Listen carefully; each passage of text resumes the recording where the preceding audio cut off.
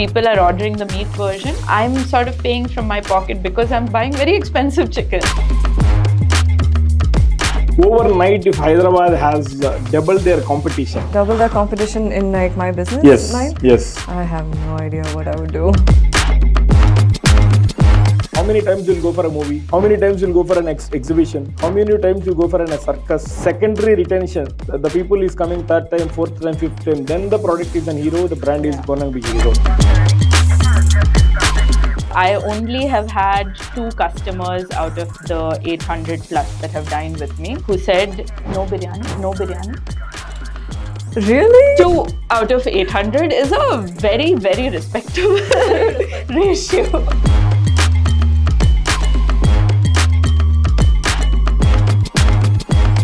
I just feel like it's coming from a place where they see growth. Like they see Hyderabad as a growing city. Like we're definitely not on par with Mumbai and Delhi right now. Who are actually either knowledgeable about food even if they can't cook, or who are amazing cooks. Now, what's your take on this influencing marketing, especially for F&B in Hyderabad? I get a lot of messages on Okay. it. My response to all of them is fantastic, sounds great.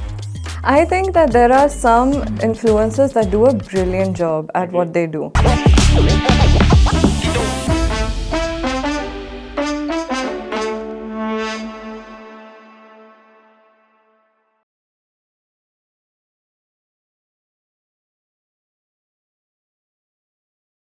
Yeah, I mean, as I already told you, this is like a discussion round. There is no Q&A. It can be debatable. It can be vice versa. It can be more of a knowledge, deep insights for the newcomers into the market in whichever the way.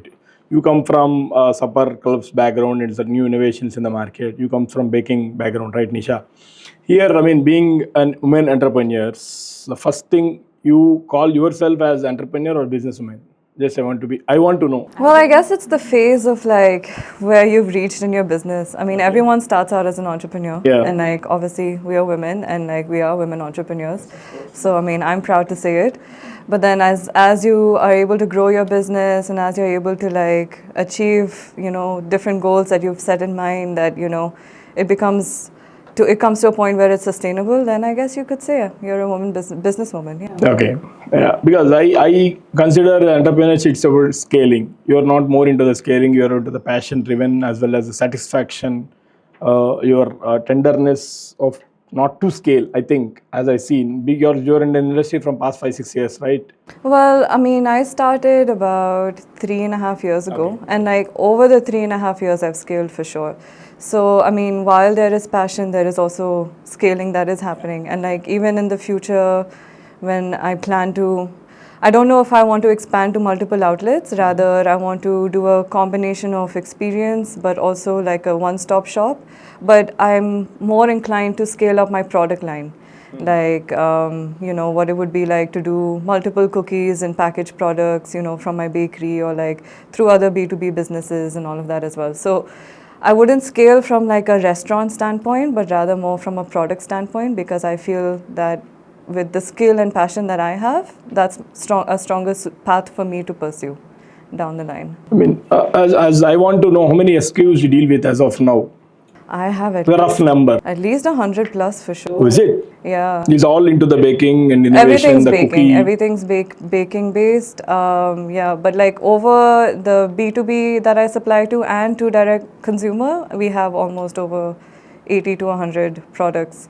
Meaning, like, if there is sourdough, then there are like different flavors of sourdough that we have. If there's puff, then there's different flavors of puff. So all of that all together, like we have about 100 that we're doing. Have you bought here anyway? Yes. Yeah, let's taste it. I mean, you are more into an experienced format, right? It's not about the product. It's not more only about the product. I mean, I have 3 brands. Okay. 2 of them deal with products. Okay. One of them is the experiential Can you dining. please talk about the same? Sure. So the long table, which is sort of like our signature brand, that is a dining experience, which is in the supper club format, which I do out of my home. Okay. So that's about 1.5 years old now. Okay. And we are now on to our 6th menu since we started 1.5 years ago. You keep innovating the things. Every few months, we keep changing our menu. It usually changes seasonally.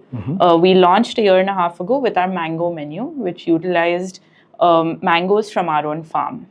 We grow about 17 varieties, and I wanted to So showcase that can at be least done some of only them. in the month of summer, April, the May, 3 to 4 June. months. Yeah, April, okay. May, June.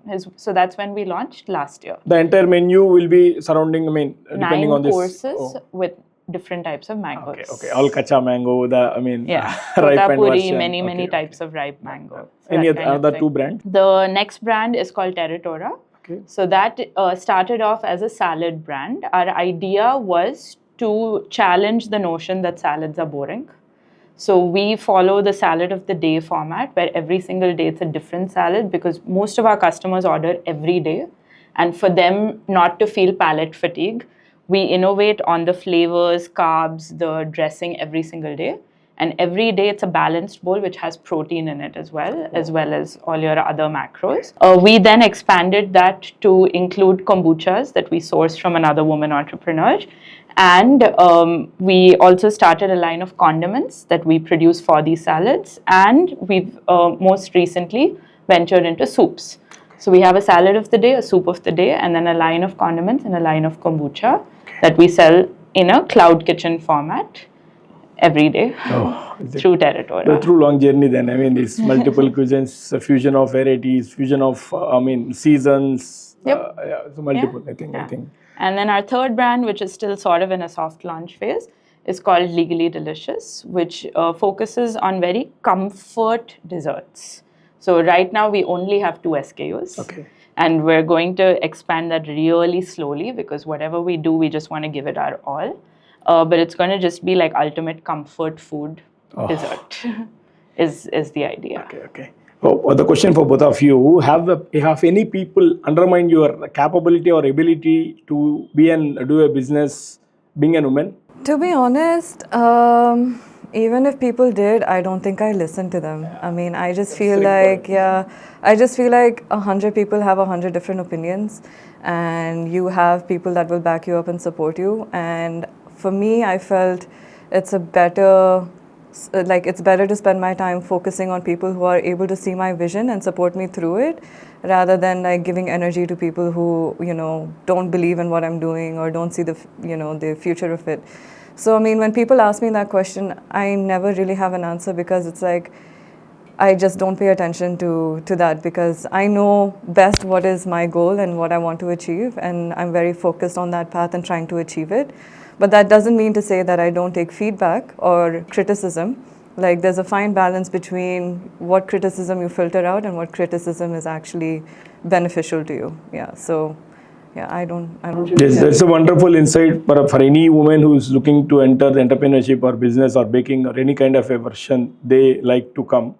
That's the reason I asked you. Your view on it. Because if you're making like a shift in mentality, or like people trying to understand also that women can be entrepreneurs and do business, you have to also have the personality to be able to like filter out what it is that people are saying, and be the example or be the change that you can be, and that's what I have to say about that.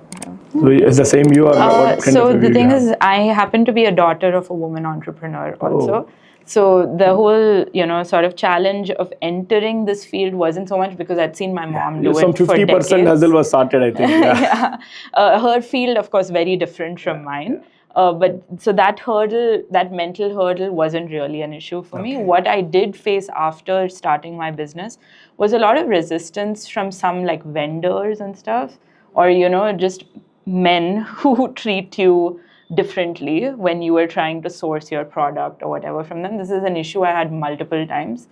So that's something that I didn't anticipate. I did not expect that to be such a huge hurdle, right from things like packaging and stuff like that.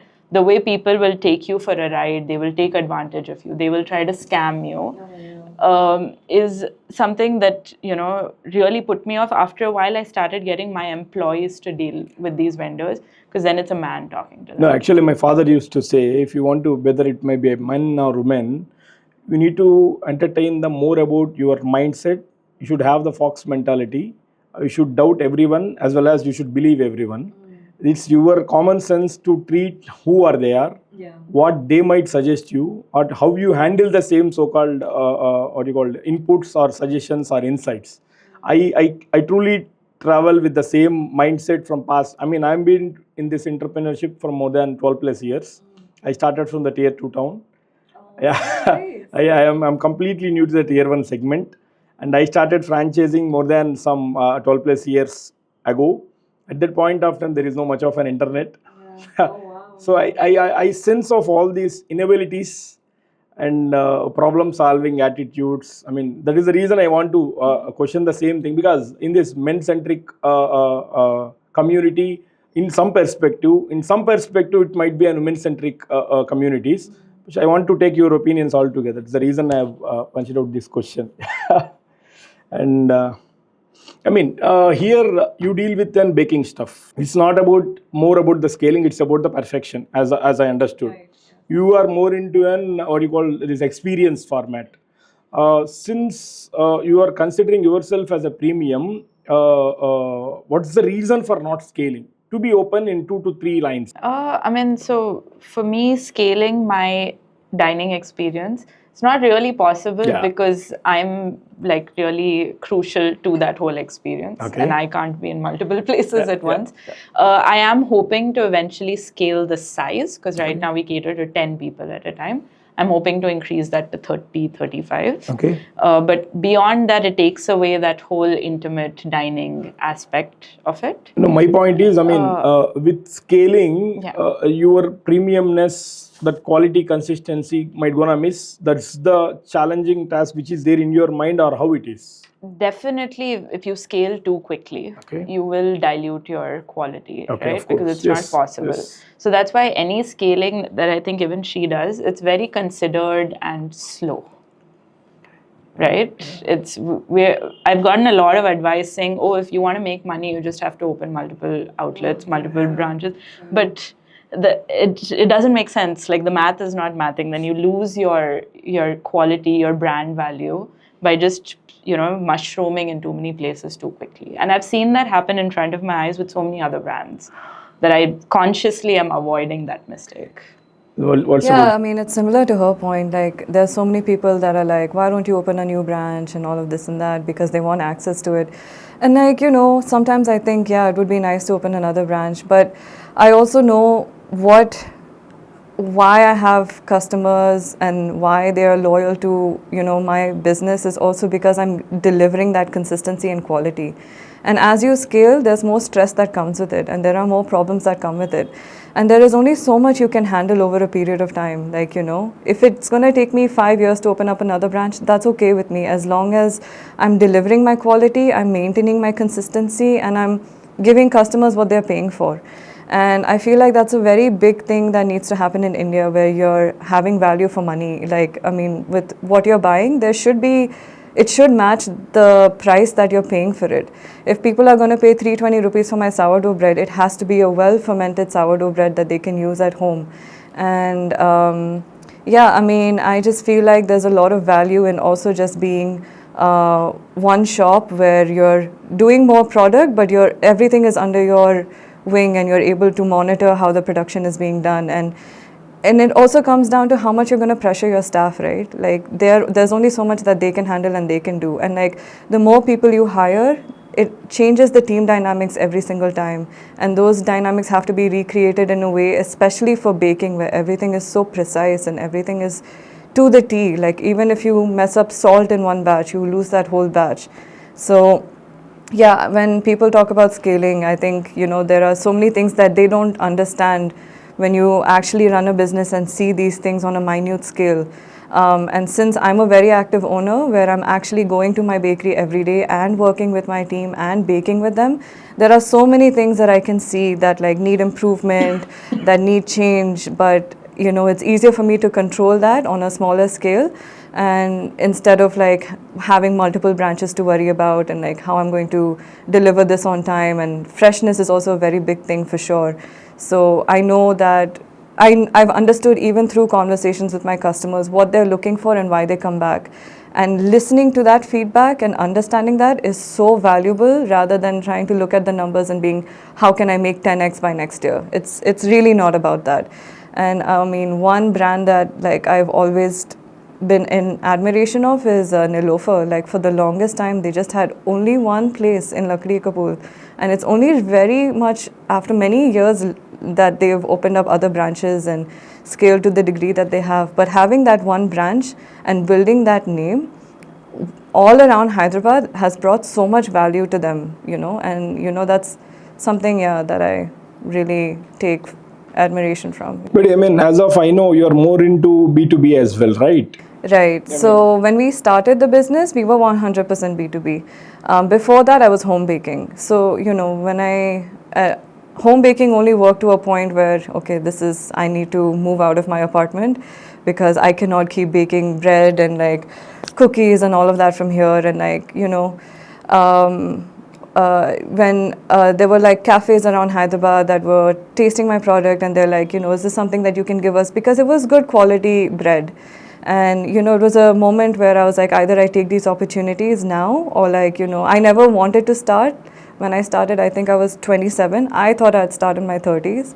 But then, it was very much a decision of this is the opportunity, either take it now or leave it. And I didn't know if Hyderabad had a market for the kind of things that I was doing, like if Hyderabad was able, like if it was sustainable in Hyderabad. So when I started, it was a really small kitchen, which was in road number 45 and on top of Hard Cup, Jubilee Hills. And I was like, if we're successful and we're able to grow in these 9 months, then it makes sense for me to move to a bigger space, make the investment into a nicer space and, grow the business. But if I fail in these 9 months, then, I'm going to save my money and pack this up and move on. And a lot of, the testing of the market was through these B2B places as well that were also experimenting and trying things for the first time.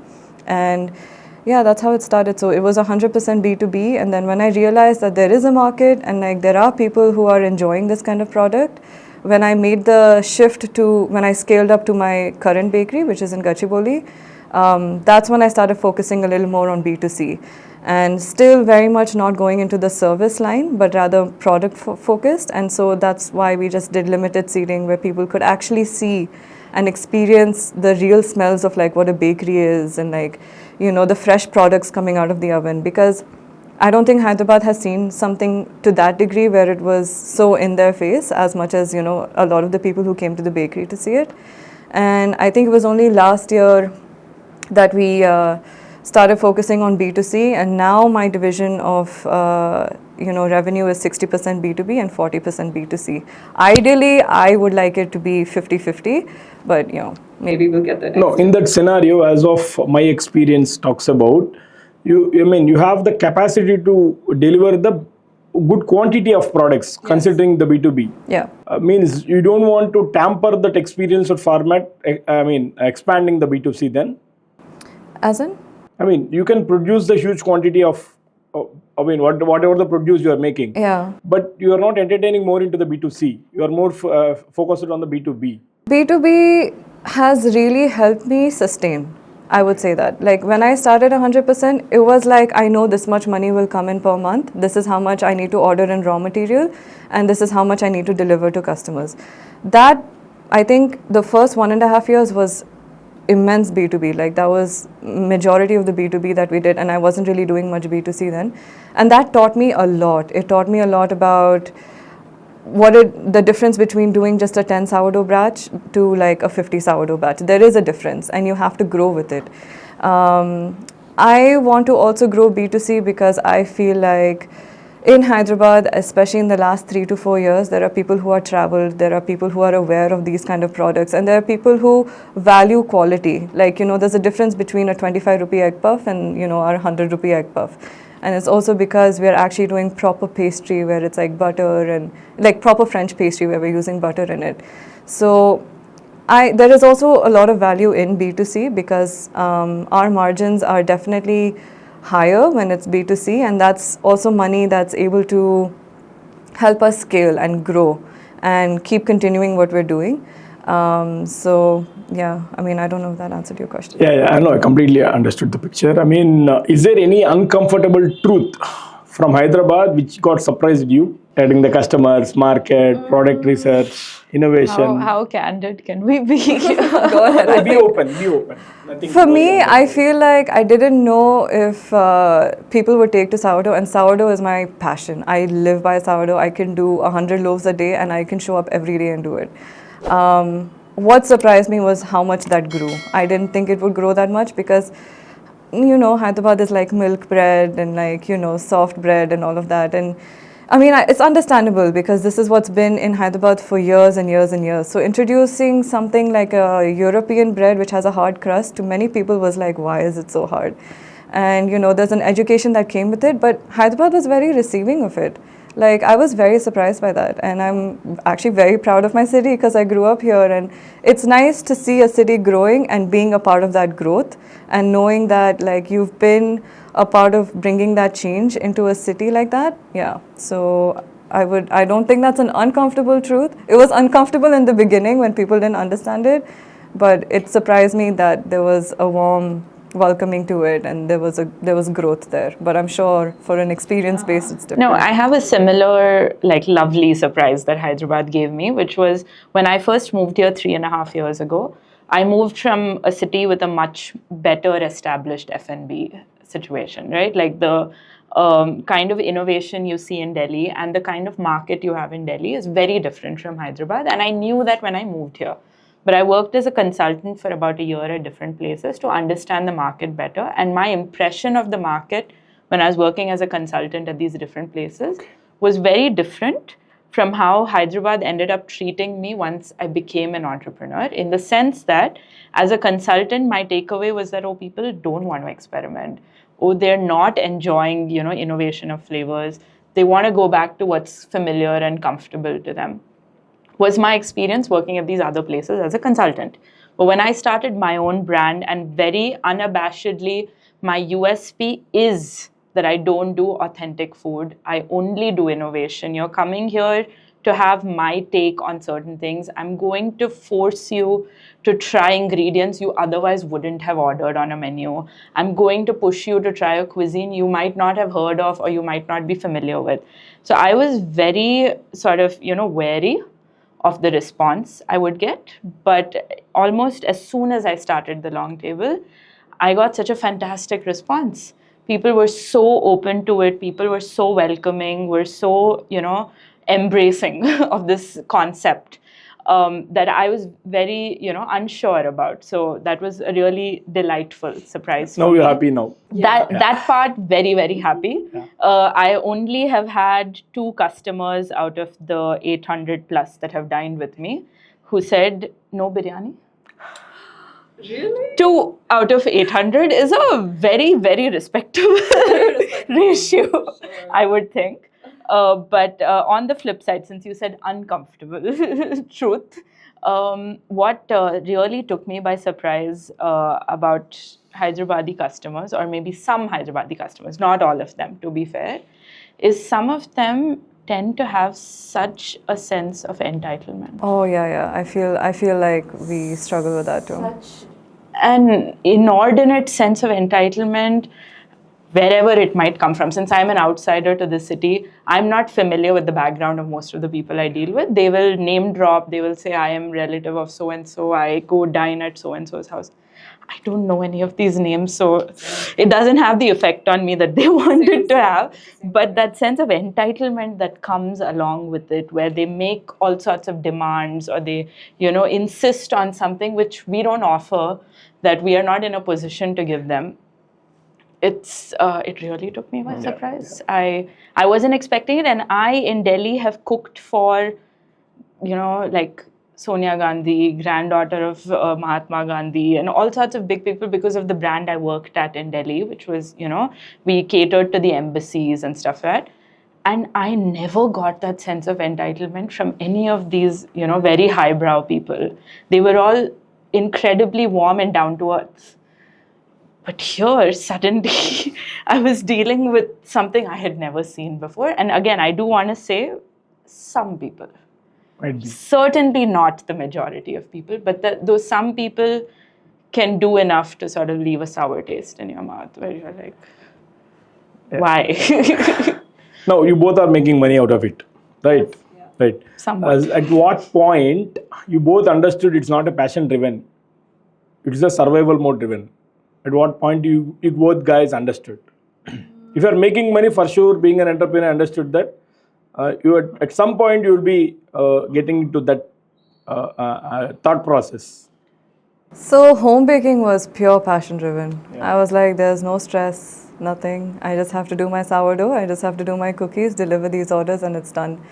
I think when I made the decision to scale up to, that small place that we had in Jubilee Hills, then it felt very real, because then it was like, now I'm paying rent, now I have a license, now I have staff to pay, now I have ingredients to buy in bulk, I have a responsibility to my B2B customers because their businesses are dependent on my products. So, I think 2 months into it, it was very, it hit me that, okay, either I try to make this a success or I just don't do this at all. And there was a combination, in moments of where it felt very overwhelming, I think that's when my passion kind of pulled me through those moments, because it's like, there's a reason why I started this and I have to try at least. And I would say that the first 2 years was a struggle. It was a struggle because there were many things I was trying to understand about what it takes to run a bakery on this scale, especially to deliver fresh baked products almost every single day, and not almost every single day, and to maintain, the fermentation timings, to maintain the temperature timings, and the investment required into setting up a cold pastry kitchen, and having a bread kitchen, the placement of the ovens in the place where it doesn't affect other products that are being baked, and all of that. So I think it took me a good 1.5 years, 2 years to figure that out, while also making sure that this much money is coming in. I have to pay my staff, I have to pay rent, and all of these things. It's really only this year in 2025 that the turnaround happened for me, where a decent amount of money was coming in, and we were making enough in sale to cover the rent, the ingredients, the staff salaries, and still have a little bit amount of, not a little bit, a significant amount of money left to, put back in the business. So that's when I really started updating my machinery, because the better quality machinery you have, the better quality your product will be, because it's all been designed that way. So 2025 was a game changer. This is my 3rd year into business, and I would say, that's how it went down for me. As for you, then. So she's more seasoned as a businesswoman than I am. So I'm not yet at that stage that you were talking about. Our brands are still very much passion driven. One of them is barely any margins. One of them is higher margins, which covers up for the other one, which is barely any margins. So that's sort of how we're still surviving at the moment. I don't pay rent. So I'm still very much passion driven. You don't have much of overheads then. Yeah. So, staff is my biggest expense, right? So we're managing on passion so far, and hoping that takes us as far as it possibly can. And with the long table, that seems to be all that it is. With the other brands, I will eventually have to become more practical. I will eventually have to get onto Swiggy, Zomato, etc. That's the day I know. Right now, you're not available on any aggregator. No. Okay. No. But you? I'm on Swiggy. Initially or not? recently. Initially you're not, right? No, I think I was not on Swiggy for 2 years, because I was just focusing on my B2B and maintaining the quality there, because I needed B2B to be able to, have that steady income come in. So even though many people are like, why are you not on Swiggy? I was like, we're not ready. We're just not ready yet. And being on Swiggy, Zomato, anybody knows, the challenges that come with it, and the delivery times and all of that. So there was a lot of planning as to how we were going to structure our production to cater to this, since there's a huge crowd that is still dependent on these aggregators to receive what, the food that they're looking for. So it was only really this year that we started, last year, mid last year. Okay. Out of your entire volume of B2C, what is the ratio between your entire, in-house B2C as well as aggregator, Swiggy, Zomato? Oh, how much goes Ratio into Swiggy between, and how much is dine-in? Yeah. Swiggy is definitely higher. I would say not by a lot. It's almost equal, but I don't know the exact numbers. But Swiggy is still higher, since we are still pick up takeaway. But we also just worked on our website like a few months ago, and we're starting to encourage more people to order through the website because that helps us, bake according to our timing and all of that, to be able to like get products out fresh. Whereas in Swiggy, it's like on a timeline, like, they place an order and you have to deliver this in 10-15 minutes. So our entire menu is not on Swiggy because I'm just like, I know I cannot deliver this. Whatever we can produce in bulk and like we have prep for, that is only what I keep on Swiggy. Otherwise, everything else I usually maintain on the website or like if someone visits the store. There's a huge number of people who's coming into this entire F&B business model only for the version of Swiggy and Zomato, the cloud format, dark format, whatever you might name it. What do you suggest as per your with one and a half year? Because earlier you had more 2 years plus experience in only B2B as well as the pick and move format. And this, when you compare with the aggregator format, how do you rate it? What do you suggest for the new people coming into that field targeting only the dark format? The most ideal scenario for me is if people buy from me directly, not through the apps.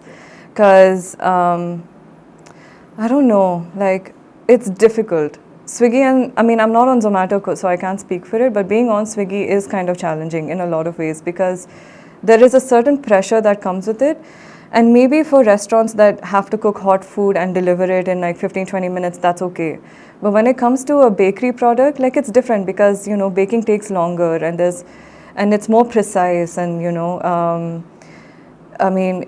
if there's someone who has a restaurant, say like the Bowl Company or like Soba Bowls, like by Spicy Menu, which is my favorite, I guess it would make sense if their pricing is also right with it, keeping in mind that this is how much Swiggy is going to cut from you. And on top of that, Swiggy is very passionate about running discounts and just pushes people to like have all these discounts. And, for a while, I think Swiggy was just straight up cutting money from me without, giving me any information about where that money is being used. And then I had to take it up with them and structure it out with them. So I think there should be awareness and like some research done on how these apps work. And then there should be an assessment on whether this makes sense. But if any business can set up their own website through different, there's a platform we recently signed on with called Hyper Apps, where people can just go onto our website, they can place an order for what they want, and then once the order is complete, then the rider is assigned to it. Very similar to the .pay technology, I think. I think so. I'm not too sure about that. Yeah, Hyper App is based out of Hyderabad. That's you've heard of them, right? Yes, I know. Yeah. So we've been with them for about 2.5 months now, and that's much more of my preference because there our margins are definitely saved. Like Swiggy is not eating into it. And it's also direct from us, so it's also a variety of. Do you get any challenges in terms of rider availability or? Not, I have not faced many challenges about that yet. On rough note, how many orders? Which app? Oh, they use different apps too. So it could be Porter. There's a Shadowfax, Rapido, Porter, Dunzo, the multiple variants. These are the white labeling aggregator, I can call it as. So the customer will like order on your website. They'll put in all the details. It will redirect you to their app page where you can order stuff, and then once your order is ready, then this app also can be integrated with our pass. Yeah. Easy and that's right. So it straight comes on my. Yes, directly how you get the orders from Zomato and Swiggy onto our POS when you integrate API integration. The same thing can happen with the Hyper App. The Hyper App is based out of an Hyderabad guy, and .pay is a centralized version which are available across the country. There's the same. I think Hyper App is a duplicate version of .pay as of I know. But end of the day, since being considering the local partner in Hyderabad, always choose the local yes, of course. That's you get the better out of it. Yeah, and they're more familiar with like areas and all of that as well. So like even the team, if there's something like there are issues that you need servicing on or whatever, the team is right there available. Yeah. I was asking because I use Air Menus. Oh. And they have that No, I think as option. of I know, this Hyper App or .pay is far better than Air Menus or this kind of a version. I use Air Menus just to collect my orders. Yeah. I handle the delivery myself through Uber Oh, or okay. Porter. And there is such a challenge. I think this kind of an aggregator you can benefit in terms of financial ability more into it because this comes at a B2B for them too. Yeah. the pricing will be far better when it comes under as when because you book Air as Menus was not offering B2B pricing. Yeah, Theirs was yes, B2C that's the way, pricing, that's the and way. it was Yeah, it was not worth doing it with them. Earlier, the Zomato also used to the same thing, but I mean, after entering into this Blinkit and quick commerce and other, they cut down this third-party delivery module.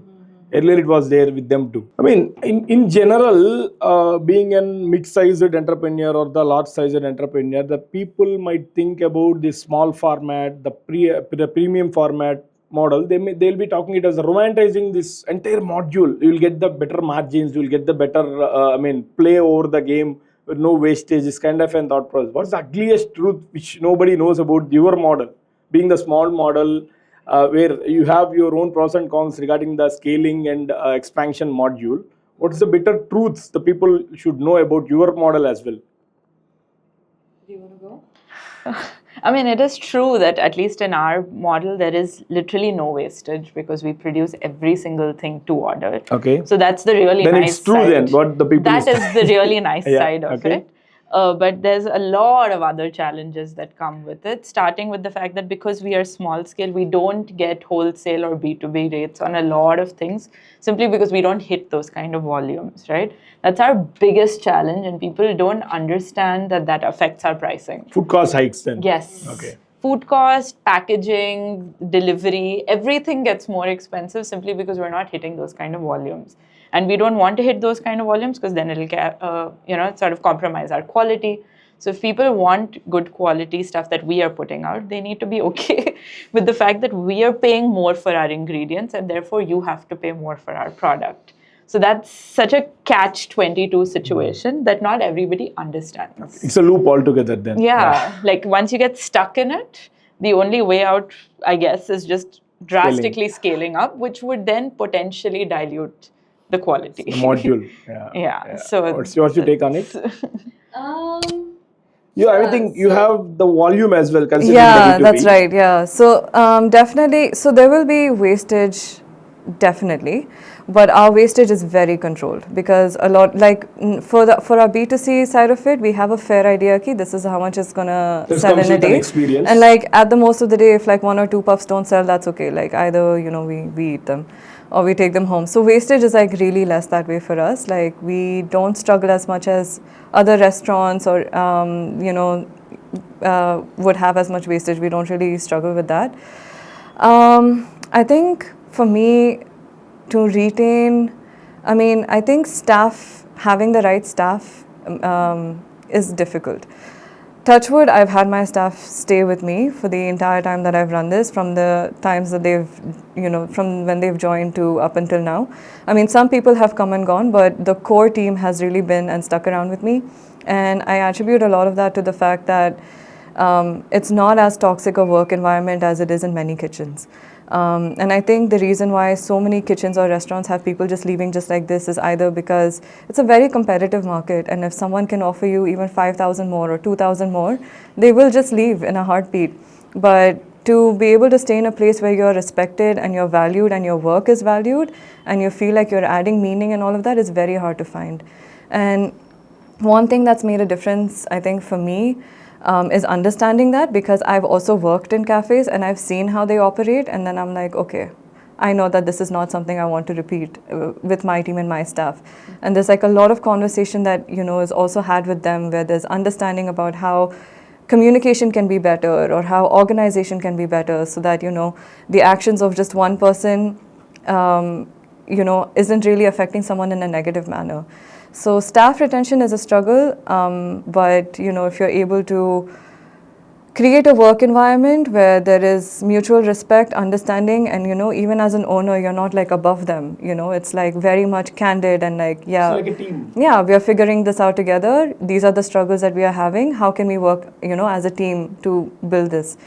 That's one thing. I think rent is just, what do I even say? Rent is just crazy. So it's just finding the right place and in a decent amount of rent that you're paying for to sustain. Because I've seen many people make the mistake of finding a great location and okay with paying like huge amounts of rent, but not having that kind of footfall or revenue on it. And like location matters, but it should be reasonable and it should make sense, you know, to be at that place. I mean, you heard about this Mumbai and Delhi real estate cost and other things. Right? You gonna say that Hyderabad gonna compete with them? It's already competing. I feel like Hyderabad is getting there. Yeah, like Maybe I mean, not Mumbai yet, Yeah, but yeah, certainly Delhi, Bangalore, like it's... but not the volume sales, right?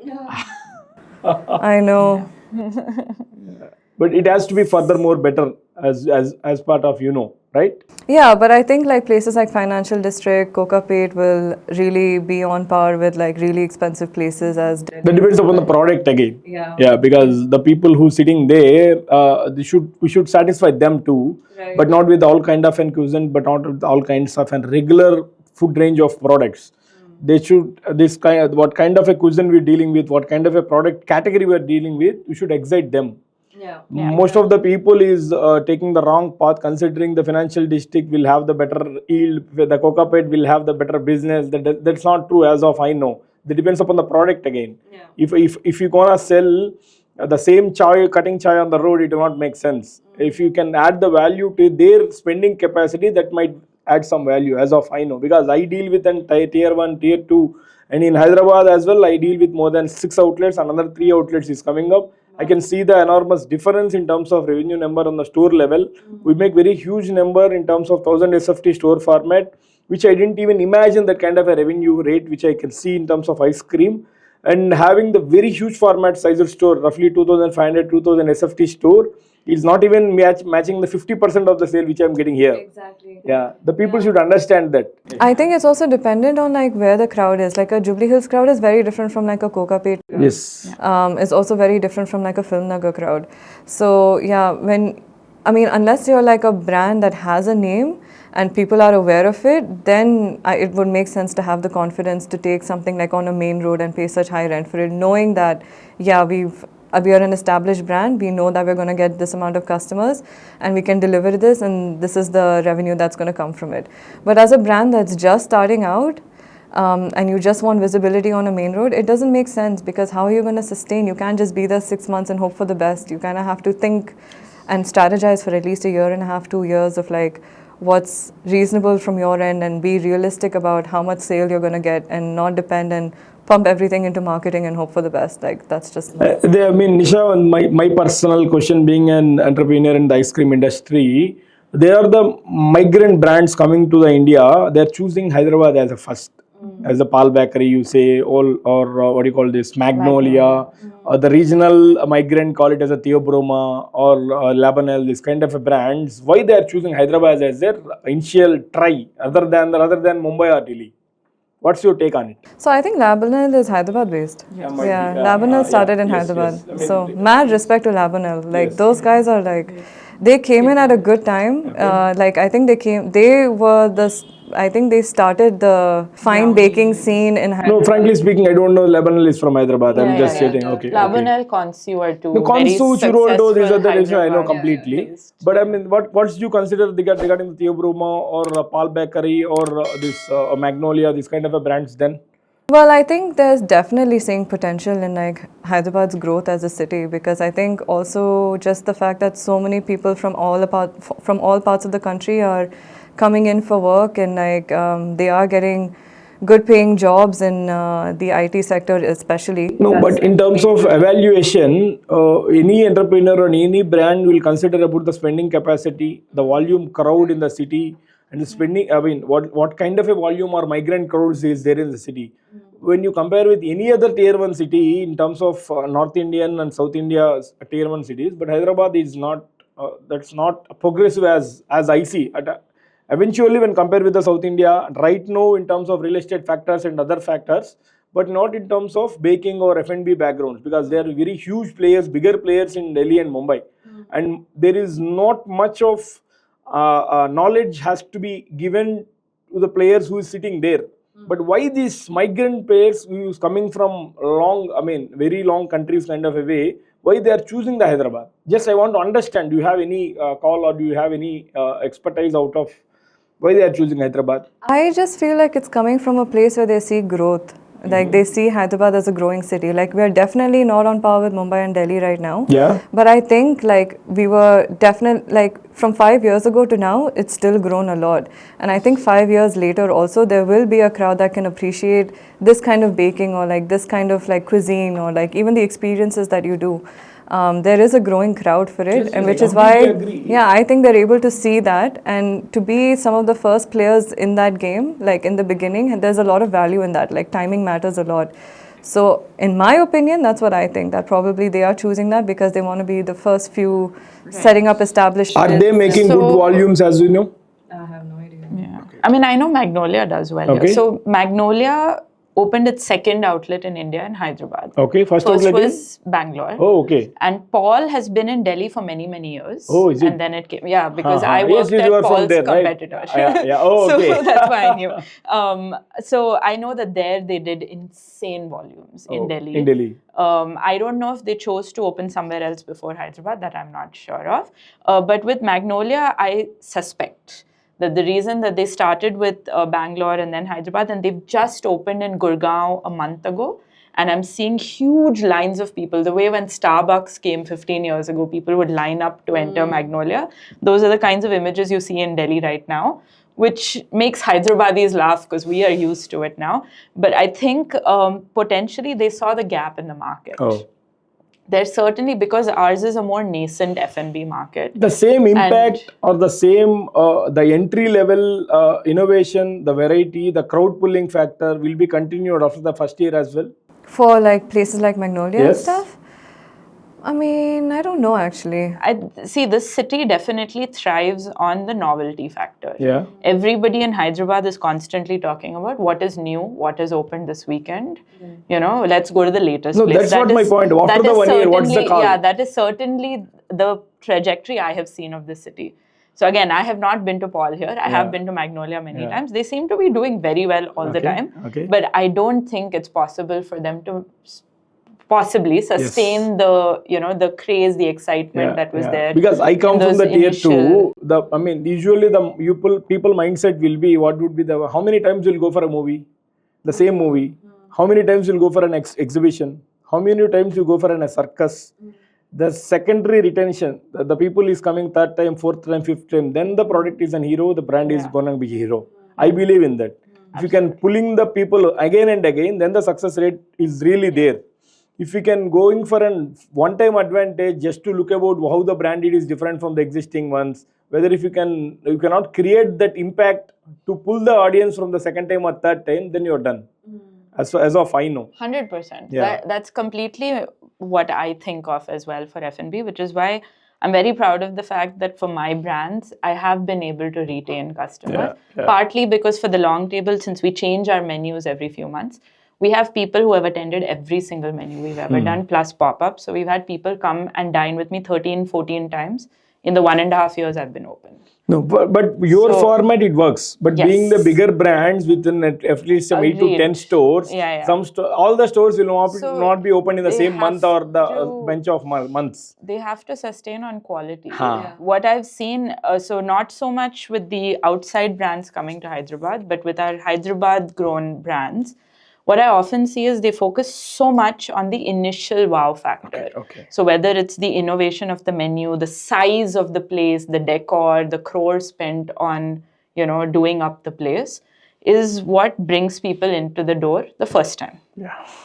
And then so little is spent on retaining those people. Yes, that's what I said. I mean, if you consider the movie, the teaser trailer makes sense, will pull the Yeah. audience. Yeah. But the talk on the first day, Yeah. the retention matters on that part. So you are only skating on quality after Yeah, that, yeah. which a lot of people pay attention to for the initial few months because they would have paid these consultants or they would have hired a fantastic head chef, and then they don't do enough to retain. Okay.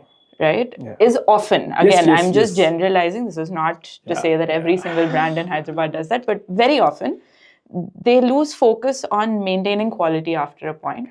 And so that's why people are like, okay, naya kya hai? What is the new place in town? There's so little loyalty to old places, unless it's things like biryani or whatever, or like a cafe and stuff. People tend to have very strong opinions and strong loyalty.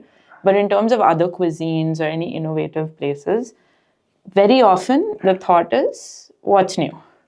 Because the old place has not done enough to retain them. For me, it's like the other way around. Like I started off as a kitchen, and then all my investment and money on whatever I had, I put into like updating my equipment and my kitchen, making sure that's solid. And like my ambience is not that great, but like, I mean, I always tell customers this, like I'm not trying to compete with like the big cafes that have like incredible ambience, because I'm just not there yet. I want to get there, and I know I will get there, but money also has to keep flowing in order for me to get there. So it may take a cafe 1 year to get there, and it may take me 3 or 4 or 5 years. And I'm okay with that. As long as I know that in my kitchen, things are going out in the quality and consistency that people expect, because customers aren't going to come back 3, 4, 5 times for the ambience. They're going to come back knowing that, oh, this is a place I can go to. I can get a good solid egg puff here, and I'm going to come here and have my egg puff and coffee every day.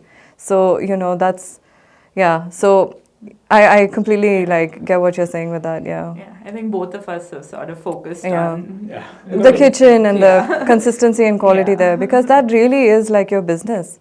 Like it's not like coming in and taking a few selfies in your ambient cafe. It's really knowing that, okay, every day before work I can come here and have like a good coffee and a good egg puff and start my day, or like, a good cinnamon bun, it's something I can take for my family.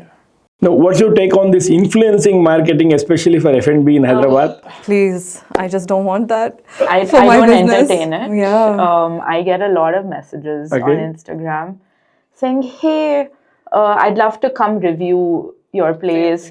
Let's collaborate. I'd love to come by. I'll shoot a reel for you. My response to all of them is fantastic, sounds great. And I'll send them the link saying, here's how you can make your reservation. I think that there are some influencers that do a brilliant job at what they do. But I think the struggle that I have with this is when they put up a reel talking about what they had, talk about how amazing it was. I feel like they set an expectation which is like every single person seeing that reel will have something created in their own mind thinking, oh, this must be extravagant and brilliant and out of this world. And I think that is the biggest problem between cafes and influencers, like when it's hyped up so much to a point that not even the restaurant or the cafe expected that, and then people come there with like a set expectation, and when it doesn't match the expectations that they made in their mind, it just is like, it falls through, and then that's when the hate reviews. It's about the perspective, right? So that's my issue with just the concept of this new age food influencers. Because to be able to do what they do, everything that they put out, every reel or every piece of content has to be, I found this hidden gem in Hyderabad, or visit the world's largest, whatever, cafe, tallest bar, longest bar, whatever. Within Everything 2 has days, to be they go with the same competitor, the same terminology again. Exactly, right? So everything sort of gets sensationalized. So that is my problem with the concept. I know. So I'm going to be less diplomatic than you and just say that I don't support this concept. I am very, very happy when journalists or food critics come to the long table. That has And people who genuinely know your product are like... or people who genuinely know food. Yeah. Who are actually either knowledgeable about food, even if they can't cook, or who are amazing cooks, even if they're not very well read about I'll tell you food. my experience out of it then regarding this influencing part. One guy has came to me and he has some good following and reach and other things. We do very huge format of marketing altogether in terms of social media and approach. Many people used to approach me, but we are not entertaining right now. Usually, initially we used to entertain. They came to me and finally they have done the reel and other things has happened. Out of the point, I have asked my team why the entire cup, they have taken 3-4 products of ice creams and other things. Everything is untouched. I asked my team what's happened there. Sir, he's completely, he's a vegan, it seems. Oh my He God. don't want to taste, he didn't even taste it, but he reviewed the part. Yeah, that is what, like it just does not feel genuine to me. Like even when I see other cafes and, not cafes, but when I see influencers put up reels, I'm just like, this is just something I've seen again, like, but in a different, like it's just a different place. So I firmly believe that, the best best marketing that you can have is word of mouth. Like people saying, I went to this bakery, I had this there, you should go. Because whenever I can and talk to customers, I always say, how did you hear about this, about us? And they'll always say, oh, a family member recommended, a friend recommended. And I feel so happy because it's like, oh, I know my bakery is doing well enough to be in these conversations that people are like, oh, there is this bakery that's doing well. But when it's like in the form of just an influencer's reel, it's just to this mass audience that is just being subjected to the hundreds of reels that they're scrolling on their Instagram to this one thing, and they're like, oh, maybe this is what it is like, and let's go there and see what it's like, and it doesn't match their expectation. I'm terrified of that. I think that props to influencers who are genuine and doing a good job, respect to them, because they're genuinely helping businesses that could use the help. But when it's on it can't be anybody and everybody. Yeah. It's some hypothetical question. I mean, since you people are both passionate about this F&B and your business model, overnight, if Hyderabad has doubled their competition, what's your call then? Oh, double their competition in my business line? Yes. I have no idea what I would do. I mean, for me, quite literally, since I started, my business competitors have gone 10x. Simply because when I started 1.5 years ago, there were hardly any. There was maybe you could count on one hand the number of supper clubs or at-home dining experiences. Whereas today, there are many, many, many of them. That's it. There are lots of people who are doing all sorts of different formats of supper club, and I welcome it.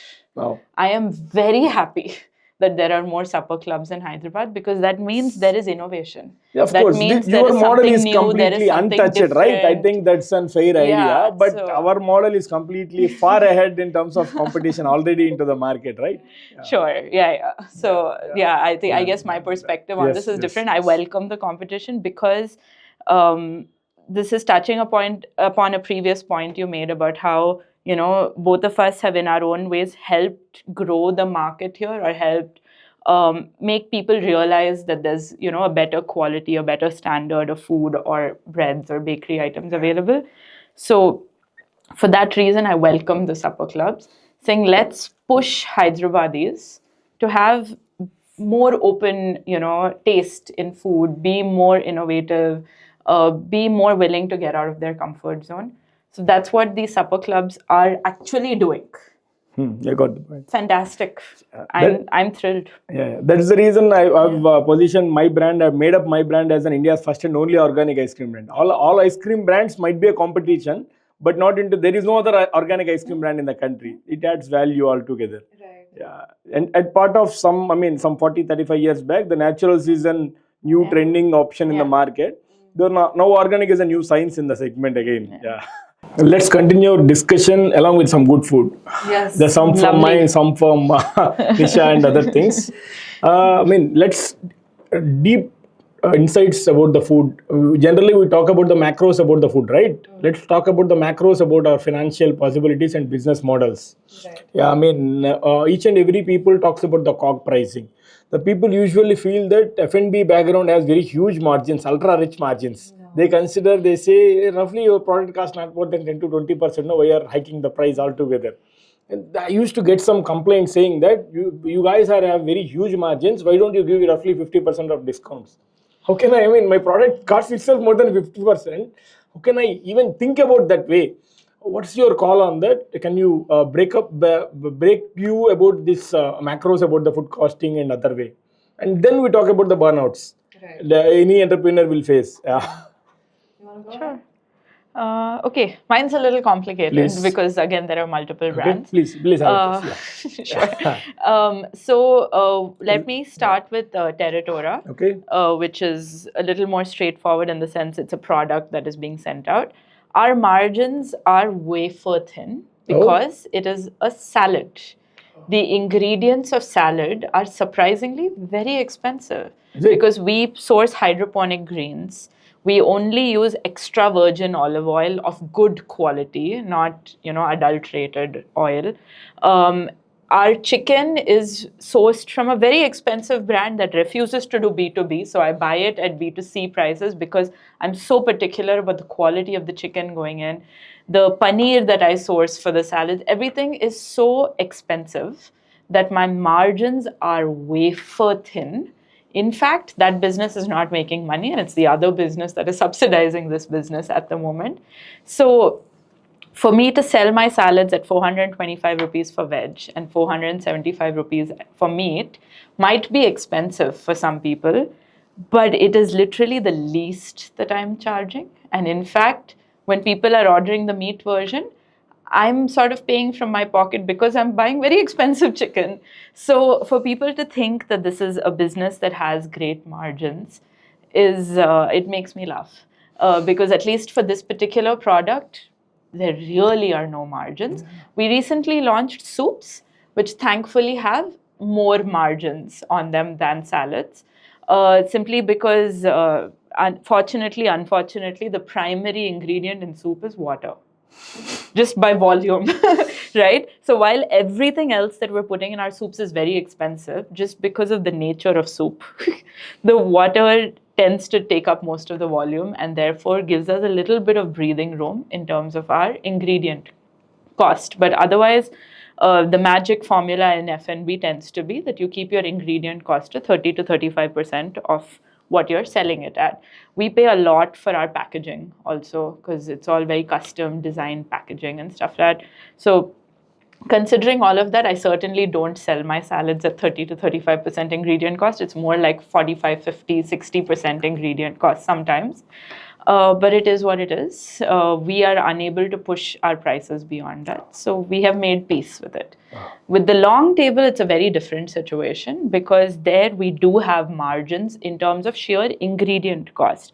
But the hidden cost for the long table is everything else that goes into putting it up. So while we sell our seats for about 3,000 rupees and our ingredient cost is not 1,000 rupees, it is less than that.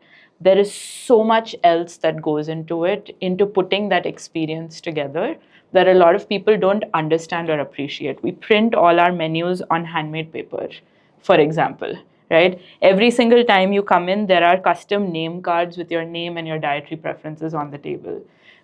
Everything that we do to put your experience together, including the flowers which I go buy on Saturday morning and either me or my mom put together, like all of these are costs that people don't realize. They think they're just paying for the food. You're not paying for just the food. There is so much else. Every time I do the long table, I pay our cleaning staff extra because we do 9 courses and there's 10 people. So that's 90 plates or bowls or glasses or whatever that have to be cleaned. So these are the sort of things that add up to the price that we put. People are not aware of. And then I still sometimes get messages from people saying, oh, this is too much. Can you just cut it down to 5 or 6 courses and we'll pay you 1,500 or 1,800?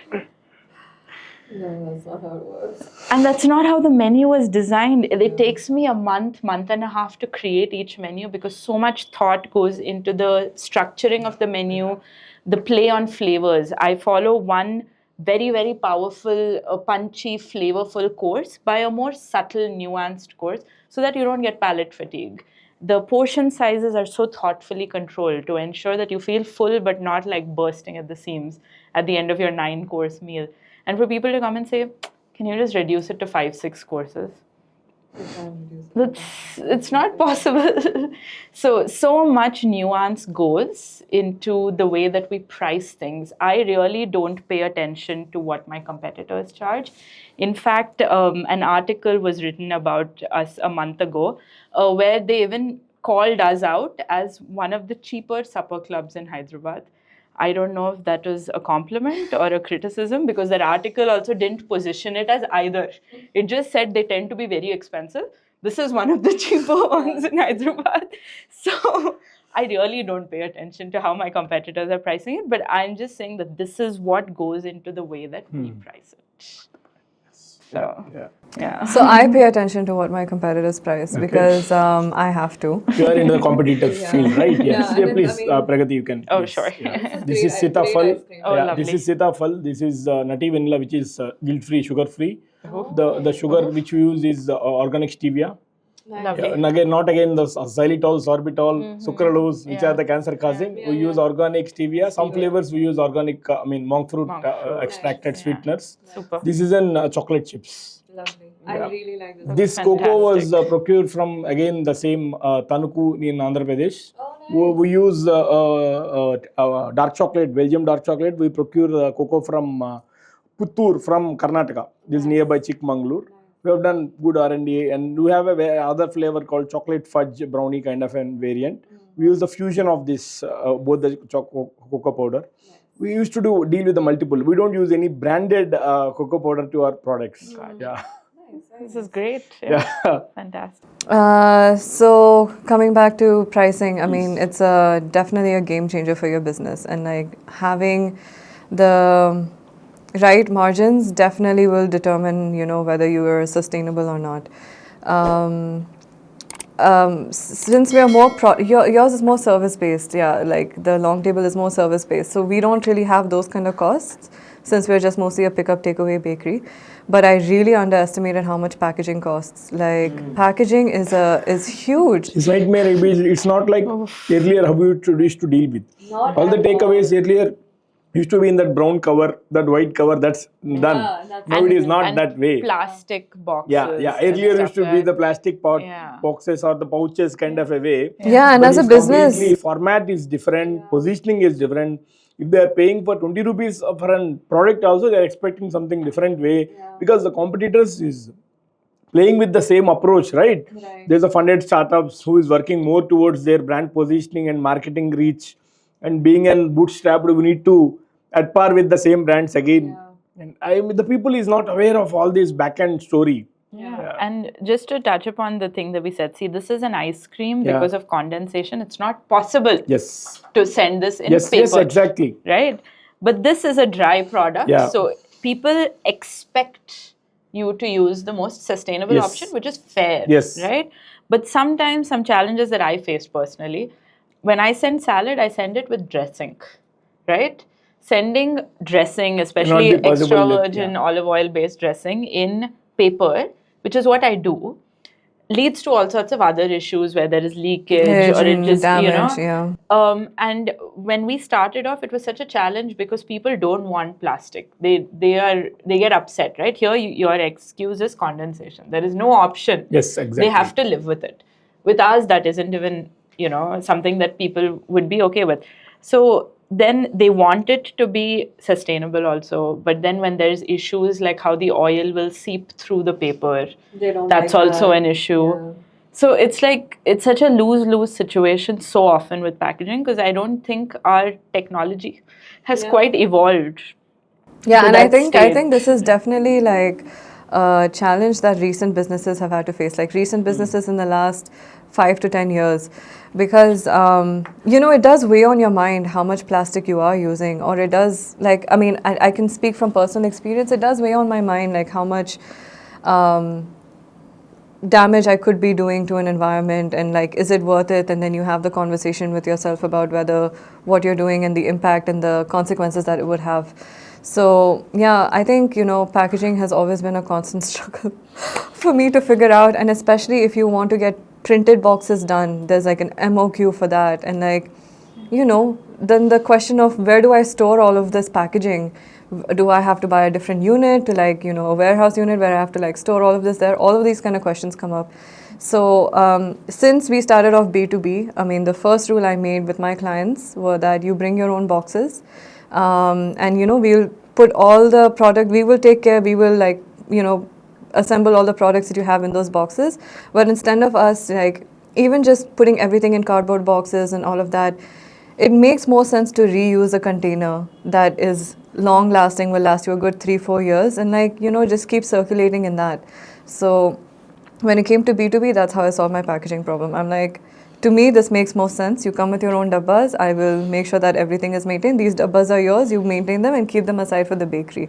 So like, when they come, they all come with the big dabbas. So that's how I try to resolve it for B2B. Obviously, smaller cafes, we'll send it in like, cardboard boxes, how we would send bakery products. But when it came to B2C, I mean, as a small business, you can't afford to spend so much on printed packaging. And then there's another question of like over branding, where like everything is over branded. For example, these containers you see, call it as an IML. Yeah. I mean, each variant I need to manufacture roughly 12,000 pieces per each variant. Variant in the sense per flavor, per size again. I have about 45 SKUs. I can imagine. And roughly 75 to 80 lakhs goes into only on the inventory part, which will be consumed for the next 6 to 10 months roughly. And the pricing of each box will differ. Like Yes. if you order just 50,000 Yes, the price pieces, will it's be like different. 5 rupees. But if you order 1 lakh pieces, Yeah, it'll come yeah. down to 3. The people might consider it as a plastic dabba, it costs some 7 to 8 rupees. This costs about 14 to 4 rupees. Again, the plate charges on the printing. Yeah. It's a variable cost, Yep. which will not come back to us again. That was the biggest shock of my life when I started learning all of these things. I was like, what on earth is all of this? So even the quality of the boxes that we use, like there's a cheaper quality at a cheaper price, but then you have to worry about damage. Swiggy guys are just gonna fling it all over. That all of these things that you have to think about. So like, we'll pay, like even though this is good quality cardboard, we're paying like about 12 rupees per box for this. And I know that we can get a cheaper price, but that cheaper price comes at a huge ordering quantity cost, or like cheaper cardboard for the boxes. This Sitafal, right? Yeah, Is amazing. Yeah. Yeah. Let's hear about your pricing on your product. Yeah, I mean, regarding an ice cream, but people might think only about the wastage part. Ice cream doesn't have the wastage when comparing with any other F&B. But it's all about the packaging, consistency, sourcing of raw materials. Any restaurant background also, very huge format of restaurant background also, they used to deal with roughly 150 to 200 plus of ingredients. We used to deal with more than 450 variants of ingredients. Because having that huge format, the packaging materials, varieties, innovations, ingredient format, and we own about patented preservative-free formulation. We don't use any preservatives, even though my product lasts for 6 months. We got the technology got patented as well. The back-end kiosk is very huge. Other than all these things, the packaging part, which I already told you earlier, very huge investments go into it. And I deal with the physical outlets, company-owned physical outlets. I deal with an franchising format outlets. I deal with an FMCG products, which you have earlier seen, the pre-packed ones. This format, and major challenge is logistics. Yeah. Because we need to take care of minus 20 degree temperature throughout their travel, throughout their storage, throughout their manufacturing. And the blasting should done at minus 40 after making the ice creams. So all these scenarios the people is not aware of. They only calculate the ingredient cost and the packaging cost. That is done. Because all these overheads comes into the picture. As if anybody asks about me regarding my products weighs between 50 to 55% of product costing altogether. Whether it may be a store level, whether it may be a product level. But frankly speaking, most of the brands, my kind of an ingredients which they use the premium segment, they hike the price because my format is something different. Considering organic itself is an high priced element in the market, I cannot go beyond this pricing. If I go, I'm done with the competition, with the market analysis, outreach, because I'm a bootstrap. And being a bootstrapped brand, I need to more focused on the bottom line, not the top line. Most of the funded startups works on the top line format, but I'm not. And handling, being the single founder and running some 90 plus outlets is not so easy task. And all these products coming from tier 2, but not manufacturing in Hyderabad. So all these logistics and their storage and here storage, these are the factors we need to consider, where the people is not known about. So more about ice creams, only the exceptional cases of brands will be successful in the country. Because this is not a staple. This is a luxury. As a part of a final takeaway to the viewers who gave their time for the entire session, I mean, if any viewer is a part of age between 25 to 30, what's the general suggestion you want to give to them as a newcomer into the F&B? As an entrepreneur? Yeah. Okay. I mean, you started in that age. Yeah, right? I started outside of that age. Yeah, I started around, I started home baking properly around 25. Okay. I think 26 I was chilling and home baking. And then, that's when like, it was either make a decision now. And I think that I had the energy. I had a lot of time on my hands. I didn't have as much responsibility as you do when you get older. So it was a time for me to take a risk and take a chance, because the consequences of taking that chance at 27 would be different at taking it at 37, would be different at taking it at 47, which doesn't mean that you shouldn't take chances. But yeah, if someone has an idea and someone has the energy and the passion for it and like feels like they can do it, then yeah, I feel like that's a good age to start, like the 25 to 35. 35 or 30? 35. Yeah. There's a huge difference in the mindset and maturity Yeah, level because I between 30 mean, and when 35. I look at the world at 25 was so different from how I will look at the world at 30, and I'm sure it will be so different when I look at the world at 35, because you just learn so much through that time. But yeah, I mean, if you have the time and energy and passion and you want to take a risk and take a chance, then take it, because you don't want to be 50 and look back and be like, damn, I wish I took that chance, you know. So that's So I started my business at 31. Okay. After having been a chef for 6 years. It just, the circumstances were such that that's how long it took me. So my advice to somebody who's in that 25 to 30 age range would be try and gather as much experience as possible or as needed or to give you confidence before you start your business. Know the work then. Yeah, in simple because terms. I know so many people in F&B. I mean, since I went to culinary school, I know so many people who graduated from culinary school and immediately started a business. And I really don't think that that's the best way to go, because while you have been armed with the skills, there is so much else that goes into just running a business. Even as an employee, you get so much insight into it. So even when people say, oh, should I go to culinary school? I say you go first, work in a kitchen for 2 months, be an unpaid intern, go scrub bartan for them, peel vegetables, whatever it is, but get experience, because there is no substitute to experience. So anybody in that 25 to 30 age range, first thing I'll say is go get experience. The next thing is that when you start, please start with humility. So many people tend to start their business with ego. Or just an overwhelming sense of pride. It's great to be proud of your skills, your accomplishments, etc., but there is also so much humility required, because you are dealing with so many unknown variables. You're dealing with so many people, so many outsiders. It's not just you and your staff. There is so many people you're dealing with, that humility is absolutely crucial, or you will fail. Your staff will abandon you. Vendors will stop dealing with you. Customers will put negative reviews saying, very standoffish or whatever. Like, there's so much humility required to do this. And I would say just please think it through several times. Take a hard look at your finances. Take a hard look at any safety net you might have before you spend one single rupee on starting a business, because I know so many people who started out of excitement. Just two friends sit together one day, have a conversation, get super excited, decide to start their business the next day.